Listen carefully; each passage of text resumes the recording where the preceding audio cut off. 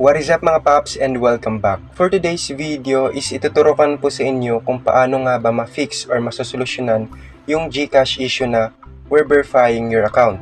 Ginawa ko yung video na ito dahil alam ko hanggang ngayon marami pa rin yung nakaka-encounter ng ganitong problema. Kung saan lumagpas na ng 3 working days and still hindi pa rin na-full verify yung kanilang GCash account.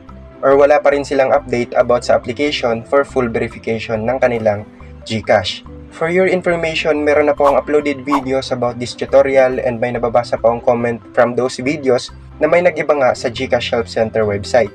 So I decided to make this video para i-update kayo.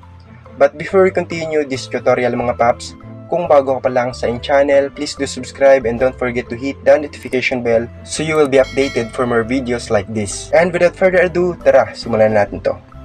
So ngayon mga paps, dalawang method po yung ituturo ko sa inyo. First po is punta lang tayo sa Chrome, then dito po search lang natin